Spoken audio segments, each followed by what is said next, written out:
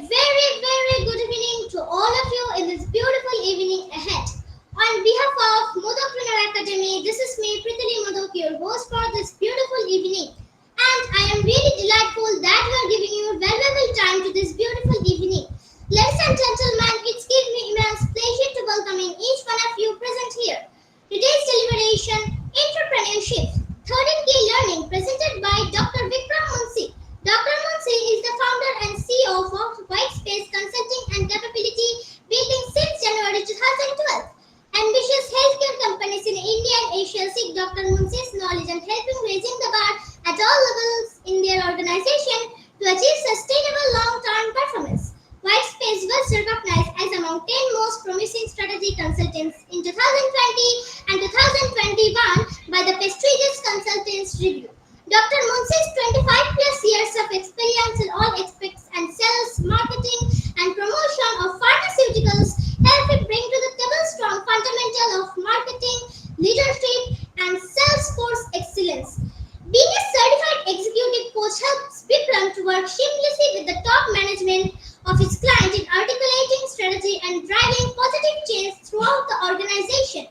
He has coached numerous ambitious brand terms and leadership and helped them deliver tangible outcomes to organization. He has helped drive strategy orientation across more than 1,000 plus marketing and sales leadership participants in more than 50 plus companies. These 50 plus companies include the top 10 pharma companies of India and more than 150 brands. In April 2024, Dr. Munshi was felicitated by the Economic Times a certificate of excellence in the field of pharma and healthcare consultants being awarded to his company. He has also spoken at some of the top management institutes of India on the challenge of emerging pharmaceutical markets. Dr. Munshi is also a published author. His book on transformation finds in WhiteSpace has been well received by the professional at all stages of their career. With great respect and excitement, I welcome Dr. Vikram Munshi to take the virtual stage. Thank you. Thank you, everyone. Thank you, Modak Trainer Academy, for this opportunity. And a very sweet and warm welcome given by the young host. So, thank you, Professor Eskide. Thank you, Dr. Gargide, for having me over. So, shall I start? Yes. Okay. So, let me. So, I'll put a small presentation which is there, and I hope that you'll all be able to see the screen very soon. Can you see the screen? Yes, sir. Okay. So, so as you introduced me, this is my company, WhiteSpace, which is a healthcare consulting organization, and this is the last 13-14 years we have worked with 57 companies and 150 projects, 30,000 hours. Amra bhuleo gechi koto how much time we have actually devoted, but this looks very rosy, and when we see what you mentioned, some of the clients, these are some of the clients in the pharma sector we have worked with. Most of you, if you have taken medicines, possibly you would have taken medicines from one of these companies, which are one of the leading companies of India. But this is all what has come out, right? So let me take you behind this. There are certain lessons which I would like to take you through. So the topic today is entrepreneurship, 13 key learnings in 13 years. Now, I mean, every entrepreneur has his own learnings. These are my learnings which I'm putting, and they're not that this is the truth or this is this cannot happen. Everybody's journey is very different. This is the learning which I got in my 13 years. So let me start off with. So what you saw, this story actually began in on 3rd April 2010. Chobita, if you see, this is my family in 2010. My wife Mimi, and the elder one is my daughter Pragya, who's in final year Ashoka, and that is my son uh, who was, I think, just 3 years old. He's just gone to college. So this was on our trip to Vaishno Devi, and this was when I was in Ranbaxy, erstwhile Ranbaxy, heading marketing, and I was not. There was this dissatisfaction ke amake bodhai kichu ekta korte hobe. I need to do something. So we had gone for a trip over here, and my mother was instrumental when she was saying 3rd April was Good Friday at that time. So she was telling, "What are you doing in Good Friday? Ki korcho tomra?" I said, "No, we're not doing anything." So she said, "Why don't you go to Vaishno Devi?" Now, all of you who are familiar with Vaishno Devi, you know that it's you don't get to make arrangements immediately. They say that till the goddess calls you, you don't get to come. So we also tried that whether we get bookings or not, but it was not. It was too soon, and we were not getting bookings directly to Jammu and all. But something happened that we went via Amritsar. We got tickets via Amritsar. We have very close friend. In fact, my mother, I saw my brother had also joined. In fact, they have joined from the my mother's friend's house only. So her husband, uncle was, he also got us, helicopter passes, which we were thinking that it's impossible to get. So what I'm trying to say, that when the thing happened, we realized that everything was falling into place. The tickets came, the passes came, and I was like, "Khub moja hobe, amader darshan hobe." So this is the photo which we took just before we were going for the darshan. So helicopter ride, children very excited and everything. And when we landed in that, it's called, those of you who've been to Vaishno Devi will know, there's a place called Sanji Chat where the helicopter lands. It's just a 3 or 4 minute helicopter ride from Jammu, Katra. And when we landed there, we saw that, can you imagine, there were, আমরা তো যারা কলকাতায় বড় হয়েছি, we know that, at one time, a lot of strikes used to happen. And when we landed in Sanji Chat, we saw that there was the horse, right, যারা ঘোড়া করে নিয়ে যায়, ওদের strike চলছিল. Can you imagine? The horses had gone on strike. So the whole question was that how do we, because in the past you get a 3 hour window to do the VIP darshan and come back. So we were also a bit perturbed. We said, okay, since we've reached there, let's walk. And it's a 1.5 kilometer to the downhill from that point to the main bhavan. It goes down. So there was no problem. Bachcharo excited, chilo, everybody. We had a very good darshan. But the thing happened after that, because now going back means climbing up, and there was no horses, and you can see the age of the children also over there. So suddenly we realized that Adi and Pragya were small. Adi was feeling sleepy. So because there was nobody, Mimi tried to carry him. My wife, Mimi, tried to carry him. But he was also, as you can see, is little heavy. And I had a back surgery, so I was not allowed to carry any children or carry any weights. And suddenly we were finding that we were not being able to, make that time. And I was looking at my watch and I realized that the last helicopter, if it leaves, we will not be able to reach Katra that night. And the next morning our flight was there and everything was there. So we were wondering, what do we do? So suddenly we found that there was a wheelbarrow, it was clean, which they use for cleaning the road, but it was clean. So what my wife and I did was we put the kids over there and we rolled that wheelbarrow up. And believe it or not, we caught the last helicopter ride with just 2 minutes to spare. So when we came down, we realized that there was a very important couple of lessons which we took forward. That one was that, yes, the universe or Almighty or God, they said, okay, nothing will happen without my thing. So all arrangements were made that we could reach there. But just like in life, the second lesson was that there will be obstacles which will come. Everything will not come smoothly, may not come smoothly. There will be obstacles. But the solutions will also be there, provided one looks for the solutions. And this was one of the biggest things which I realized, that if your efforts are in the right direction with the right intent, generally the universe will protect you. Generally. I tend to sometimes, in the heat of my business, I tend to lose this perspective. But when I revisit the story, I realize that, yeah, things will work out. Sooner or later, they'll work out. So this is where in April 2010, the story began. And that triggered me that I didn't know the uncertainty, what is going to happen.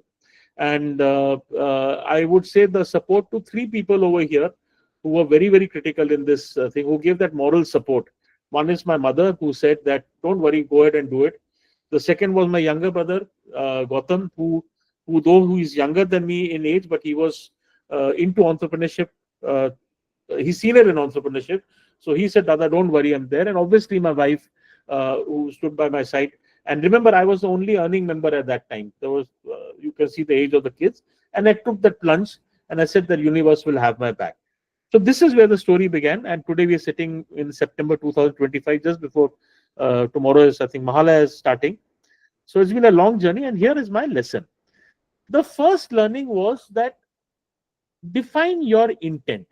What is the intent by which you are joining? And I'm not going over here that whether intent is bad. Today, everybody in entrepreneurship says, no, I want to make a lot of money. I want to make a real lot of money. That's okay. That's somebody, that can be somebody's intent.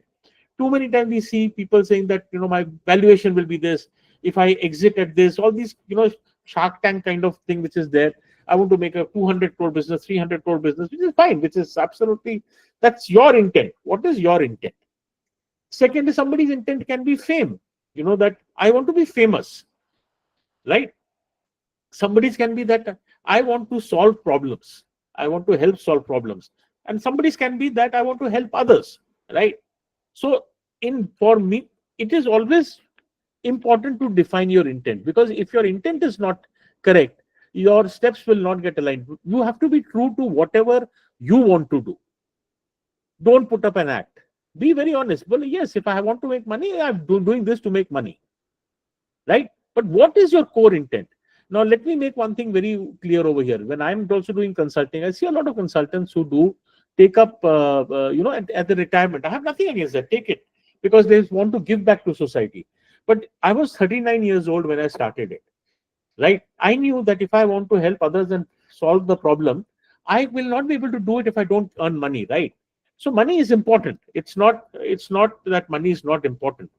And as one of the, I had heard somebody say that it's like buying a car or a vehicle, right? We know that buying a car, to run a car, you need petrol, but you don't buy a car to say, oh, I want to buy petrol. That's why you buy a car. So money is the fuel which fuels the journey, but that may not be the intent. And at least that was not the intent with which I started the business. Second, intent is not enough. Too many times when you hear people say, so intent has to be matched with, there has to be an opportunity and one should have the capability. Let me explain this.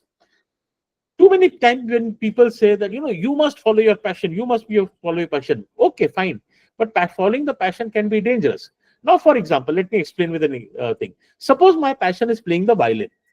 I love, suppose that is my passion. But how many people would be interested in learning the violin? Number one, will they be paying that kind of money? So otherwise, I may have the intent, but I may not have an opportunity to capitalize on that intent, to put that intent to work. And definitely your capability, because every opportunity is actually an opportunity if one has the capability to take that opportunity. So pure intent is not enough. It is always important to know that whether your skill, your intent, or your gift, or your capability, is there an opportunity for somebody? Opportunity means somebody values it, that they will pay you, they will hire you for that, or they will hire your service for that, or they'll hire your solution for that. Otherwise, it खूब है कि follow your passion, follow your dream. No. That is a very dangerous statement to make. That looks good when people have made crores and crores of money. They said, I followed my dream, but no, that's not reality, right? Pure intent is not enough. But intent is important because it fuels the journey. Because the journey of entrepreneurship is a lot of ups and downs. So as long as you're true to your intent, that is the fuel which works and which makes sure that you stay on your path. But without opportunity and capability, it has no meaning whatsoever. Learning number 3. See, one has to understand whatever business you are doing, one has to understand the business. So when I looked at my business and I saw there were basically 3 parts of business. One is getting business, right? You have to get business. Second, you have to deliver business, delivering what you've committed to your client or your customer. And the third is running of the business. So these are the three very, very critical pillars on which any business stands. What is your process of getting business? Once you get business, how do you deliver it so that your client says, wow, this was a great job done and I want to come back again to you, or I want to spread the good word? And the third is running of the business. How much of your time, how much of your effort goes into running? What are your systems and processes which you have, which is helping to do that? Too many times we see that a lot of companies or a lot of services at our scale, they're very good at knowing what they do, delivering business. But getting business becomes very, very difficult. So if I have a good service, but I'm not good at getting business, then there is a problem. আমার তো কাস্টমারও দরকার হবে না, আমি আমি মুগলাই পরোটা বানাচ্ছি, যদি কেউ খেতে না আসে, কেউ কেনে না, তাহলে লাভটা কি? So let us talk in terms of food, because I think food is our one of our passions, right? So I make the best of Mughlai parota, very good. So I need to know, how do I get people to get that Mughlai parota, right? Second is, yes, the Mughlai parota has to be absolutely in the right quality every single time, because the seventh customer should not say, "Are mangshota na ekটু সেদ্ধ হয়নি" or something like that. So that is the consistency of delivering business. And third is running the business. So sometimes anything can go wrong. I mean, there are in running the business, a lot of things can happen. But suppose I'm spending more to make that parota than what I'm charging, or suppose my cook who's making the thing, he keeps on leaving. So all those are challenges which you are getting to run the business. I can run the car at a certain speed, but if it consumes too much of fuel, if it's a risk of accident, it is not a very good story. So these are the three pillars. Even today, whatever decision which I take, I said, is it helping, or any small hire which we do, it's either for getting business or delivering business or running the business, right? So this is very important. Understand what is your business. So let us go to getting business. So this is where learning 4 comes. So now, when you start a business, and typically what happened for my case, so it was not that somebody had invested. It was not I had a home to run. As I said, I was also an earning member, right? So the first thing people ask me, where is your office? Now in my business, so just to give you an idea, our clients are, as you saw, are mainly pharma clients. So they are all based in Mumbai. I am based in Gurgaon. Now, what is the point of making an office in Gurgaon, even if it's a small office? Because nobody is going to come to our office, right? I have to go to other people's office. I'm not a big consulting firm. Even now, I do most of the travel. My family, my brother, my mother, they know how much I travel to get business. So funds are limited. So where do you spend money? So spend where it matters. And this is something where I had learned from my boss, that you classify spending into 3. What is vital, what is essential, and what is desirable. So what is vital? What was vital for my business? Vital for my business was that I had to spend on travel. No doubt about it. Air travel, I had to spend on to go to Bombay from Delhi. Now, I did not have a good office. I could not afford an office, but I took a LinkedIn premium account, because at that time, LinkedIn was my office, and that's where I used to write articles. I knew that people will visit LinkedIn. So premium account was not cheap. Third was hire a very good CA. With the grace of God, the CA whom I hired that time, who's working, Mr. Ajay Mere, he is our CA even after since the last 15 years. So this was vital for my running the business, because a good CA will always tell you to play within the framework, but yet tell you what are the calculated risks. But he'll never put you in a situation where tomorrow you have to go and answer to the government what is happening. So these were where I made investments. The CA whom I took at that time, I paid a higher amount than what other CAs were doing. But I said, no, this is something which is vital for the business. Now let us come to what is essential. Essential was what? Essential was, since I come from a marketing background, I always believed that after 1.5 years, somebody told me that companies buy from companies, not individuals. So I had to give the company a shape, and that is where WhiteSpace came in. And all our programs, what we do, are, as you can see, all are registered trademarks, which are here. So I invested in this is my friend, and who Sudarshan, who all the logos of WhiteSpace and all the properties which we do, he designs the logos, and we've got them registered trademark. because this was essential, because you need to look professional before professional companies invest in you. What was desirable?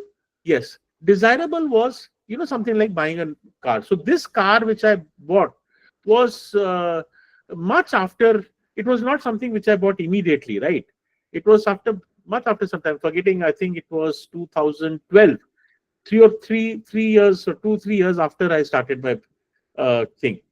So that is desirable. And that time also, I bought it because I needed to go around, and it was something I wanted to reward myself, that I could survive for 2 3 years. That was desirable. And the first office space which we took, where we still operate today, which is a co-working space in Rigas. Sorry, this when COVID happened in 2020, we moved into the just before COVID happened, we moved into a small cabin in 2020, out of which we still operate. Now, 2010 I started, 2020 I moved into an office. So there was a 10 years gap, right? I'm not saying this was the right thing, but for my business, where it meant going to customer, the office was the last place where one would invest in. But as I said, today I can never think of working without an office. Even in my initial years, I could never work from home. I used to go to my club, work there. I'm not very comfortable with working from home. So this was the spend where it matters. যেখানে দরকার ওখানে খরচ, আগে most vital, then essential, then desirable. Too many times what happens when entrepreneurs start, we start with focusing. আচ্ছা অফিসটা কোথায় কোথায় করবো, ভালো করে জমি অফিস করবো, you land up spending money where it is not critical. So this was the second. Very important, very important. See, I was in 2010, I was head of marketing of Ranbaxy Pharma. Ranbaxy was a premier company, and I still tell to the clients, if we have so much of network, that if every client, every known person in the pharma industry gave me business, I would be flying in a helicopter. But contacts do not translate into business, may not translate into business. And that is a reality which one needs to take place. These are some of the pictures. My friends are there. These are all people I knew. I mean, I've just put the pictures over there. But so many contacts, even now, it doesn't translate into business. So expecting that contacts will give business, if they give, well and good, but don't bank on that. Don't bank on that. That was my learning. And not all friends give business, but people who give business sometimes do become friends. And this is a very, very important learning. Too many times what happens is, I've seen in my limited space, Gurgaon is a place for entrepreneurs. People say, "Are, ami to eke chini, ami onek lokden chini." But chini, oh, amar bondhu, he's a good friend of mine.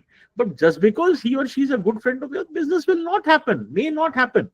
In fact, very rarely does it happen that sometimes your friends are the last to give you business, because first they will give you excuse like, I don't want to be looked as favoritism in my company if I'm giving business. Tick mark.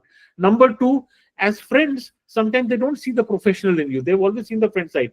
Are, will he be able to do the job? So even when my contact started giving me business, it was almost 5 years after I started. And here I would again like to thank my mother, and especially my brother, because there was a time when one of my biggest clients was in Kolkata. My wife's mother-in-law, that's my mother, and my mother-in-law, both are in Kolkata. And our kids you saw were small, and we were wanting to go back to Kolkata, thinking of going back to Kolkata for, doing, since anyway my clients, I was thinking of Bombay, why stay in Gurgaon? And we had become very close. And I would like to thank my brother for this advice which he gave. He said, Dada, are you sure you want to go? Imagine, we had come close to taking, my brother and I studied from St. Xavier's. So we had come close to getting my son's admission done for Xavier's. My daughter, because my wife comes from Loreto, my mother has a very good clout in the education system. Her admission was also a thing.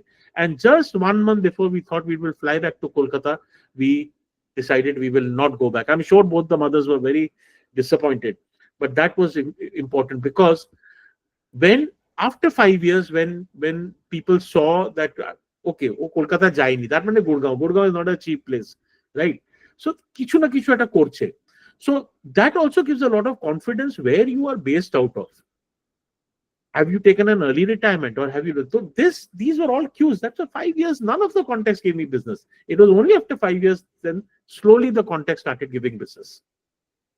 So বন্ধুদের উপরে, yes, friends are very good. They'll have your back and all that. But not all friends will give business. But people who give business sometimes do become friends. Very important. Learning 6. Do not sell. This is something which I try to tell my small team also. সবসময় বেচার দরকার নেই. If every time we go into a selling mode, I have to sell my concept, I have to sell my thought. I'm not saying because selling is a good word or a bad word. I'm not even going into that. I come from a sales and marketing background. I've started from sales. I've handled team with sales in pharma. Then I moved to marketing, right? But when you're talking about business development is about empathy and listening more than speaking. I think this is also very true for any kind of relationship. Typically what happens, and when I'm going for my business development travel, আমার উপরেও চাপ আছে কে, okay, I'm spending so much of flight fare, 4 দিন বোম্বেতে থাকবো, 4 days I will stay in Bombay, I will need to spend that kind of money, so I must be in an urgency to sell. I'm knowledgeable, everybody should hear my gyan. No, it is about empathy. I'll tell you, I'll confide something. Many times when a client says something, he started telling the problem. Now, thanks to the experience, I know exactly what the problem is. But you must let the client speak. Because that is when you feel that then the client feels, oh, amar kotha shunlo. He listened. And that is about showing empathy. And listening is not like listening like this. Not like that. Listening means full focus listening. And that is what business development is. And very truly, when I found that I listen more than I speak in business development, I actually pick up certain nuances which I might have missed out on. So business development is all about putting yourself in the customer's shoes. What does he or she feel? What is his or her challenge? Oh, branded performance question, what does it mean? Brand is not his or hers, but maybe his career is getting impacted. Maybe there's a competition which is doing this. Maybe he or she is feeling insecure. So one has to understand that thing. And empathy can only be shown when we listen more than we speak. It happens in a personal life also. For me, it happens because when somebody reaches out and wants to talk, I go into the consulting mode. I said, oh, if he wants to talk, advice. No, sometimes just listen. Sometimes all we want to do is just to be heard. So business development is more about empathy and listening more than speaking, not vice versa. And I mean, this is my learning. I've seen very, very good business development people, very good, who can convince, they say that you can sell a refrigerator to an Eskimo, that kind of salesman. They're powerful salesmen, but I'm sorry, I cannot build that way. I feel that if you listen well, if you understand the client business, if you give the client airtime or prospect the airtime to express, then it will happen. You tell me, I remember we talking, my PhD is in this thesis, in this area. I'll talk about that later. But imagine you're going to a doctor. You are telling your problem. The doctor is competent, but he's not. He said, okay. And he starts writing a prescription. Would you feel that you've been heard? Chances are no. Because has he understood me? Has she understood me? No. And that is exactly what I'm trying to say. That you will go back. Maybe the treatment will be fine, but you will say something was missing. He did not listen. So always learning 6 is, do not go and sell. Learn to listen. Put yourself in your client's shoes or prospect shoes, and maybe something will come out of there. So this was about getting business. What we talked about, the first thing, right? So what did we cover in getting business? First, spend where it matters. Then contacts may not translate into business. And then the process of business, do not sell. Listen more than you speak. Empathize. Now we come to delivering business, which was the second pillar which was there.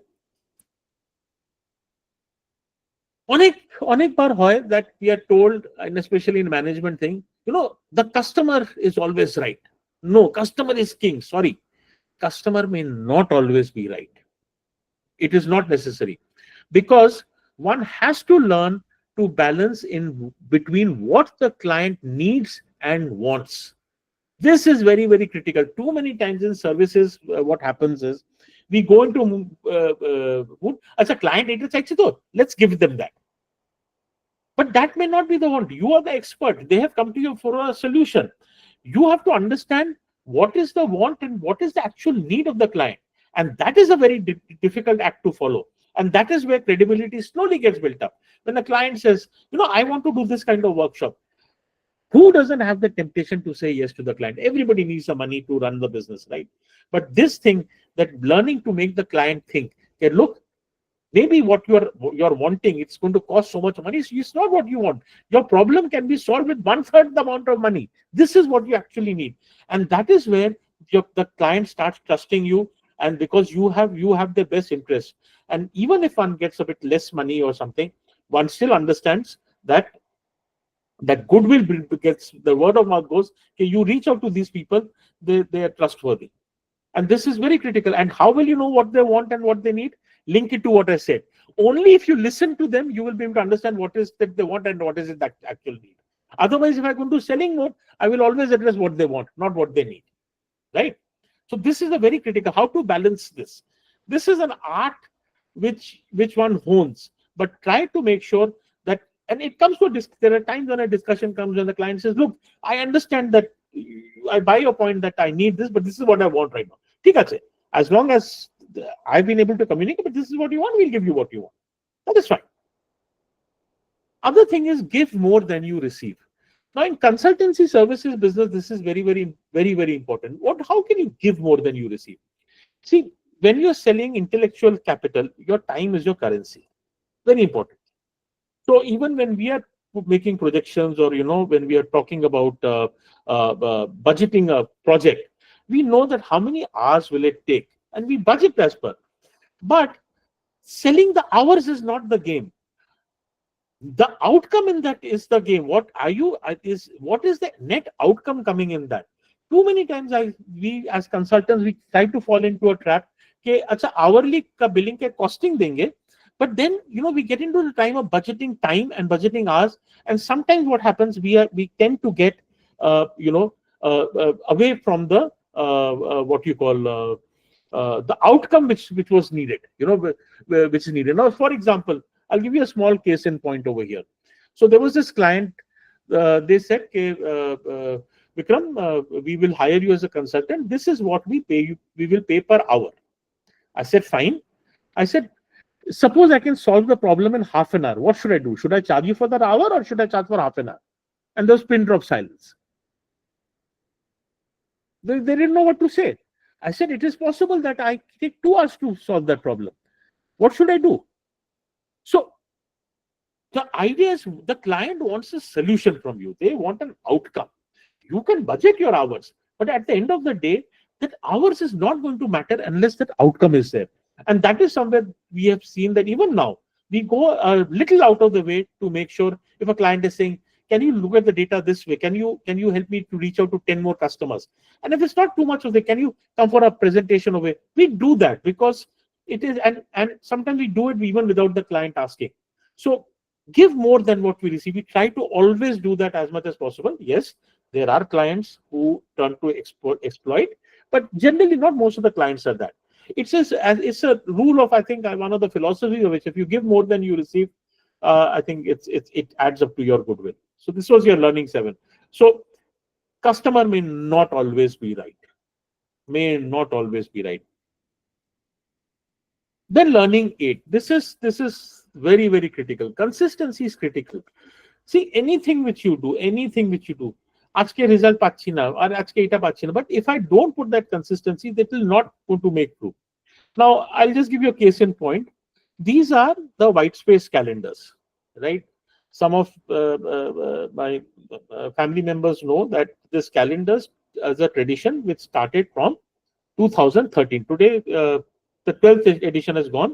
2026, the 13th. We started with 50 calendars, 50 calendar. Today, 600 calendars go, right? From labeling to sealing, all takes place at home. Everything we do at home. And it is consistently, every single thing, by those who are in our list will get the WhiteSpace calendar, our prospects and our clients. By the last week of November, these calendars are there. A lot of times somebody asks me that, one team members, let's change the format. This time we'll do it differently. I don't change it. I've got a good theme. I don't change it. Why? because the moment I change the theme, it will stop the consistency of the thing. Maybe the calendars will get late. Everything is fixed. Who's the designer? Who's the printer? When do we have to give the story? Everything is fixed in that. When do we arrange the dispatches? All is consistent. Today, uh, after 10, 12 years, people who come in and, people are competitors in the space, they say, there are very few places where we have not seen the white space calendar desk of a top executive. And that makes us very important, because you all know that the first calendar which comes to a busy executive desk is the one which stays. So we try to make sure that our calendars are there by the last week of November. They're there in everybody's desk. So on a lighter note, I was in marketing, so we used to always call marketing is called the product management team, and jokingly we used to call it the packing, moving, transporting, which is there. So I think even if I can leave the marketing team, but marketing never leaves you. I still at this stage, the whole family sits together, the calendars are put into envelopes, some personal notes are given, the labels are put, it's stickered and dispatched. I think it's part of the thing, but consistency is critical to everything which one does. Any good habit you put, if you're expecting instant results, no, give it time. It is consistency in marketing, consistency, any aspect of transformation, consistency becomes what. This is the learning number 8. Learning 9 is trust is the cornerstone. Now, see, consultancy is about trust. Most of the clients, when we work, we as a good process, we sign the non-disclosure agreement, which is there. That apnara data and you're getting information, we'll not share that information. But any document is actually what the paper it is on. So trust is the cornerstone. Now, typically, in this laptop from which I'm presenting, there are 650 brand plans. Brand plan means the brands which of medicines, other plans gulo amar kache ache 6টা brand.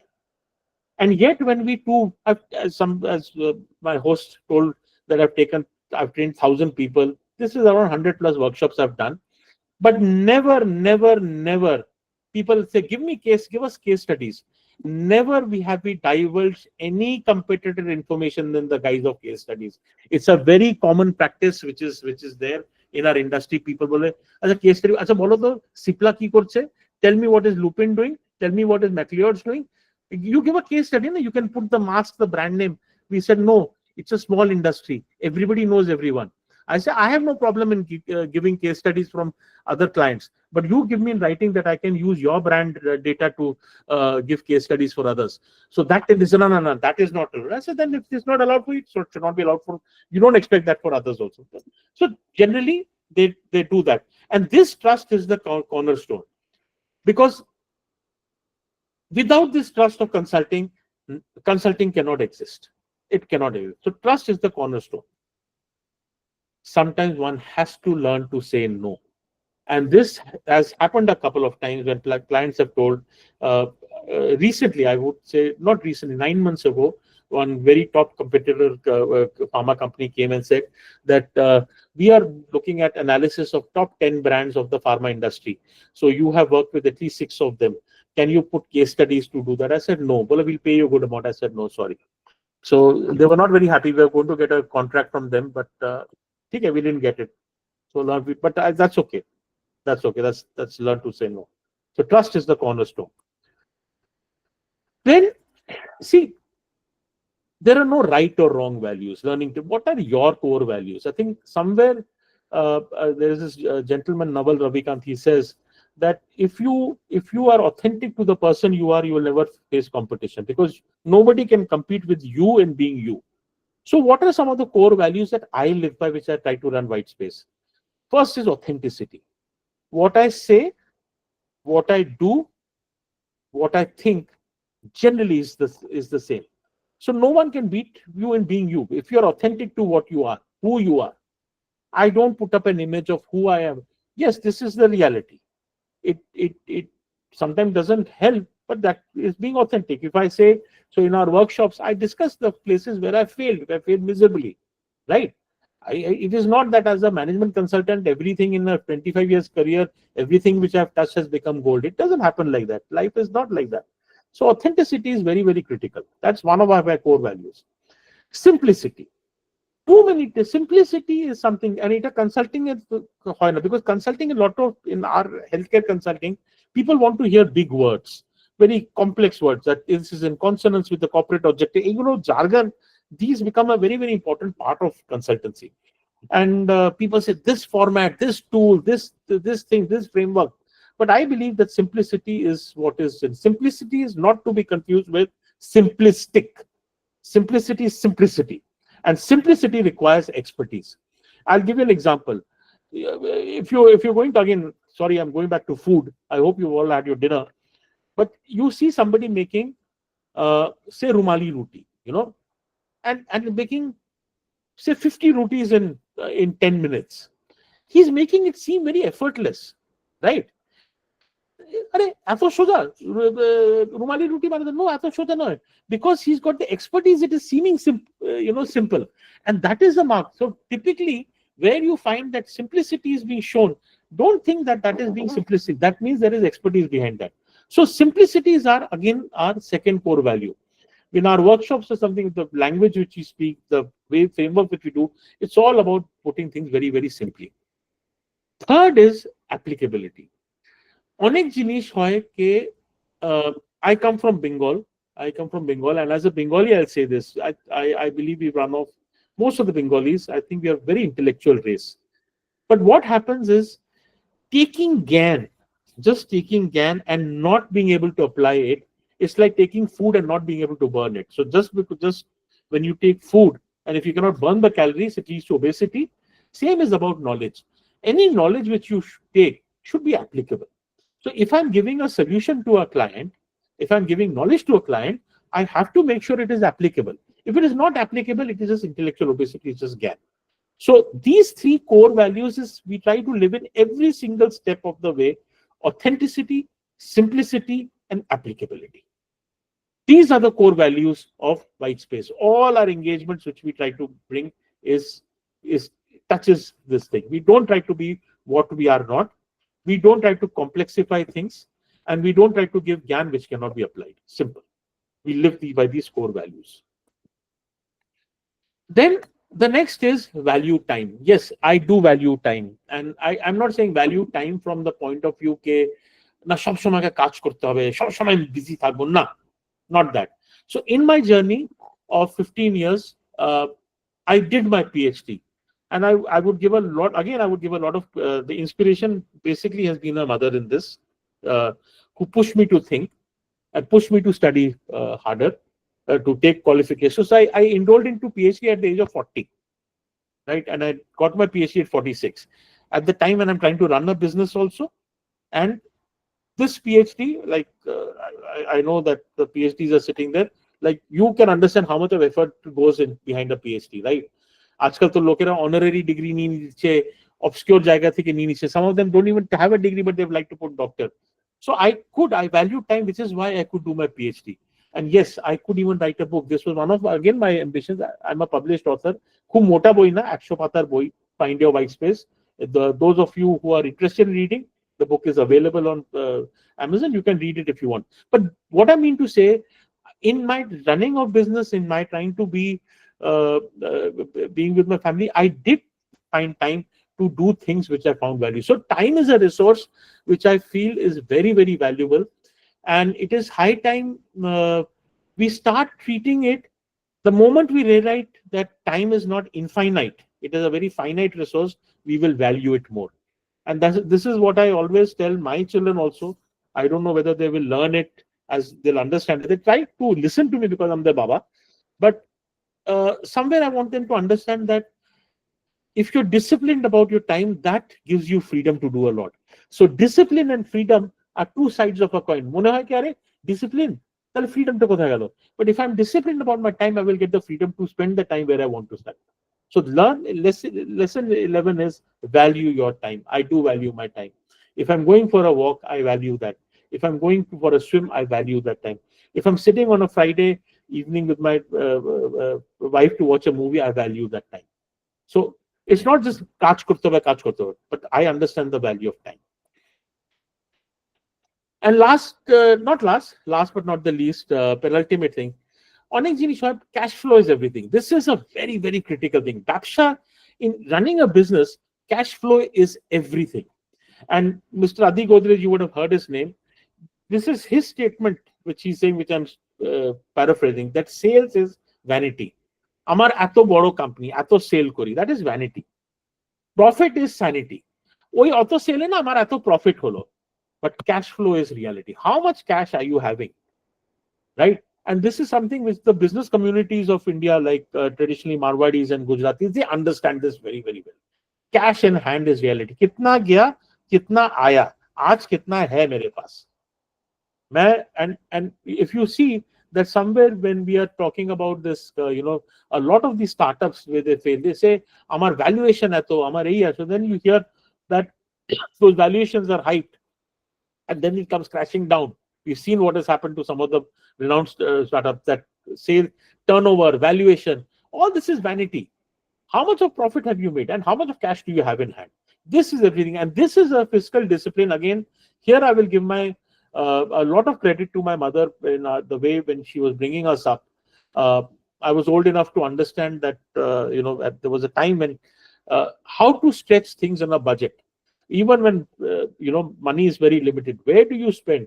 How much of cash do you hand?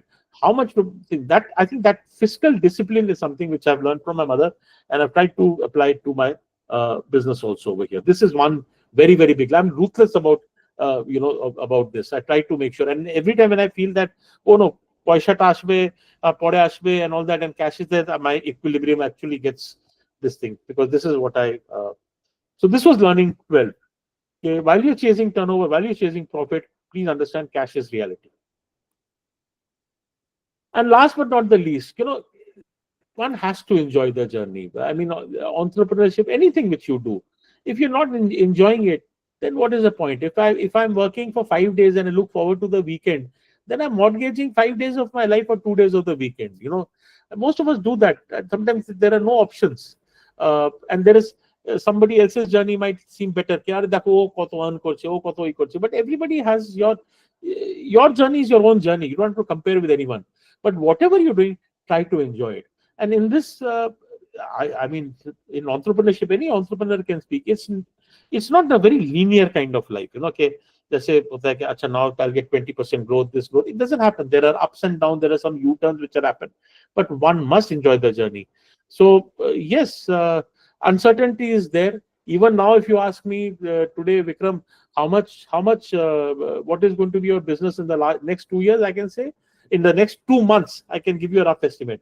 What is going to be in the third month, even I don't know. And this is what has been going on for the last 12, 13 years. So one has to embrace the uncertainty and enjoy the journey. This photograph was taken in Langkawi in Malaysia. I'd gone with one of my clients, and this is it's not something that I'm enjoying this python. It was a fear which I had, but I put this photograph over here. So this was the last thing, that whatever you do, enjoy the journey. And again, this is the book which I wrote, Unlocking Your White Space. If you're interested, go ahead and buy it. So thank you. This was the talk from my end.